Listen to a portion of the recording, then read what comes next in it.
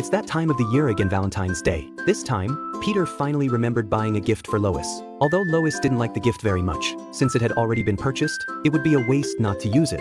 This stationary bike came with a huge display screen. Users could watch instructional videos while cycling, or they could compete with users from other countries around the world. Soon, Lois fell in love with the sport. From then on, Lois basically rode the stationary bike every day. She occasionally went on rides with users from other countries, or had competitions with some of them. Bonnie next door was her most important rival, and every time they met, they had to compete to see who was better. Peter, go cut her power!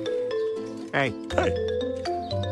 One morning, when Stewie went to the bathroom, he found that there was someone in the bathroom. Looking at that strong figure, he thought it was Meg at first. At that moment, the person inside had just finished showering. That perfect figure outlined a huge and scary face. Even in a relaxed state, the full muscles bulged like a small hill. Stewie completely fell in love with that body exuding male hormones at once. The family members had mixed opinions about Lois's transformation. Meg thought that her mom had become so strong, while Chris thought she was too much like a man. Among them, Stewie was the happiest one. You know, he had always liked creatures full of male charm. The next day, Lois took Stewie to a parent-child class. The content of the class was for mothers and children to learn to play the gem together. Although Stewie wasn't used to having physical contact with others, at that moment he wished he could merge with Lois. Soon it was time for bed at night. Although Lois couldn't understand what Stewie had been saying all the time, she could clearly feel that Stewie had been very fond of her these 2 days. Then, after saying goodnight, she went back to her room to sleep. However, Stewie wanted to sleep with Lois. He could only try to get Lois's attention by crying loudly. The big bed? Well, Rupert, don't wait up, because I'm gonna be...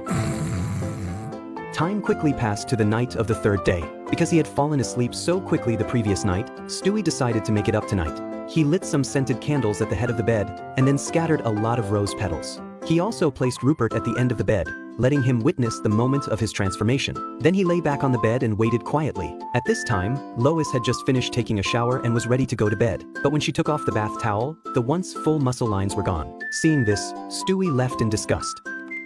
No, you can't still watch. There's nothing to watch. It's not happening. When you're kidnapped and just about to break free.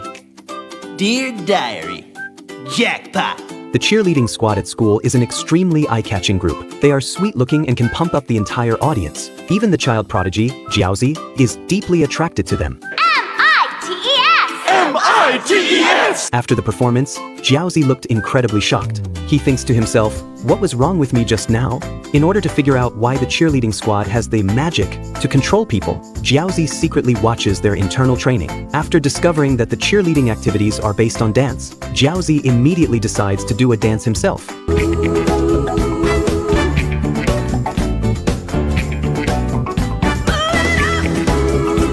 When everyone sees his performance, they are stunned. A 2-year-old baby can do this. It's like Michael Jackson has been reincarnated. As expected, Jiaozi's performance attracts everyone's attention. People are scrambling to get this child prodigy to join their team. However, after Jiaozi joins, he realizes that the cheerleading squad isn't as mysterious as he thought. These people either talk about boys or gossip every day. Jiaozi thinks such a life is too shallow.